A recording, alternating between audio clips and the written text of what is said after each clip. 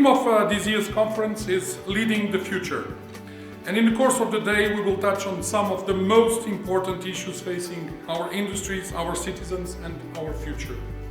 It is therefore fitting that we find ourselves here in a campus of a university. If I would be younger, I would say that I would love to work on something that delivers positive effects to our society. That will be my key issue. This year, 2019, has been a year of great momentum. No time to sit back, but we must take some time to look back and see how far we have come. EIOPA has come a long way in addressing climate and sustainability. The wider world, perhaps a little bit before ourselves, is realizing that the challenge of managing the orderly transition to a low carbon and resilient economy is actually an issue of risk. We have the consumer interest, whether we call it consumer or member or whatever, those who are behind all our schemes and investment programs, and there's a dramatic change going on. They are pushing us. And we have to meet these two things, what coming from the regulatory point of view and from the consumer point of view.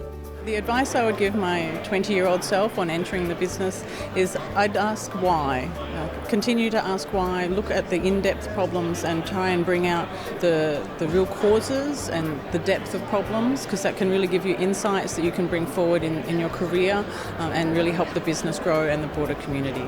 So if I was 20 years old and giving advice to myself, probably it would be to take some risks in your career. Occasionally take a great leap of faith. It might seem very reckless, but some of the best opportunities can come out of things you haven't planned. Is the framework as it is today, is it fit for purpose for new settings, new environments? Is it flexible enough? What are we trying to achieve when there are so many different points kind of going on? What will you personally in the Commission decide is a success? The key challenge for us would be to make sure that first that review is meaningful, that there is a purpose, a clear narrative behind it, and that it is relevant.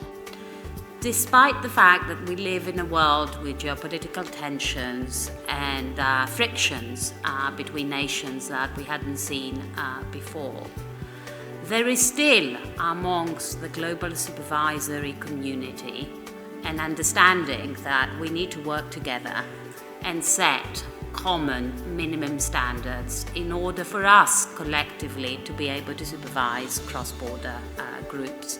The value in that is still in the heart and minds of all the community. Go about it with open eyes and engage, and you will find what a fascinating industry we are. Never give up. Follow your dream. Be curious.